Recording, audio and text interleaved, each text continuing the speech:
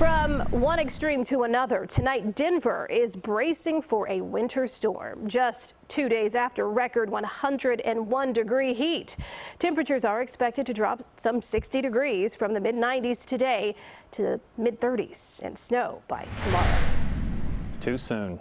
Too soon. Hey, I want to show you, it's that same front that's going to bring us some heavy rain for tonight. It is expected. The front is actually much farther to the south. Now, a much wider view shows Denver now at 64, but you can see the dividing line between all of the heat that's locked into the south and the cooler air, the cold air that's going to be rolling into Denver.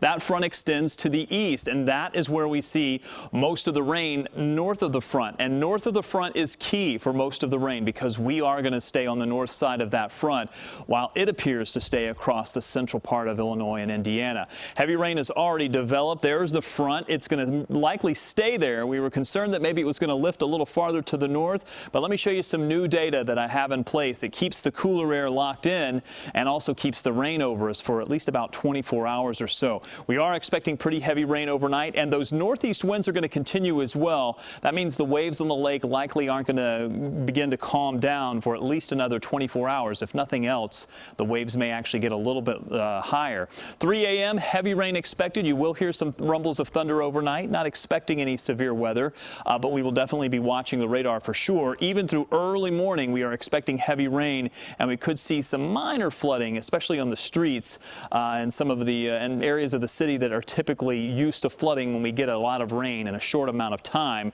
And then we'll see maybe a break as we pick up more showers and even a few storms again during the afternoon. So it's a heavy rain event for the overnight, and then possibly some scattered showers through tomorrow with a few embedded rumbles of thunder.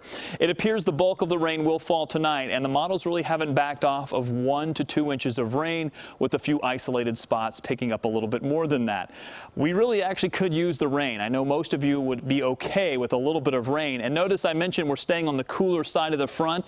The average high is 78. We're going to stay about 10 degrees cooler than that all the way through the rest of this week. I showed you some models earlier, the 6 o'clock newscast, that showed that front lifting way to the north.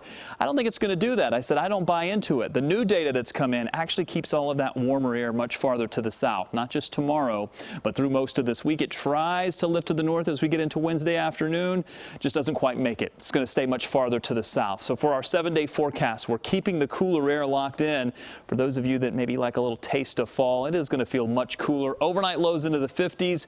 We do see the temperatures go back into the 70s by the weekend. Don't mind it. Some 70s, nice. A few 60s. It's pleasant. Yeah, thank you, Rob. You got it.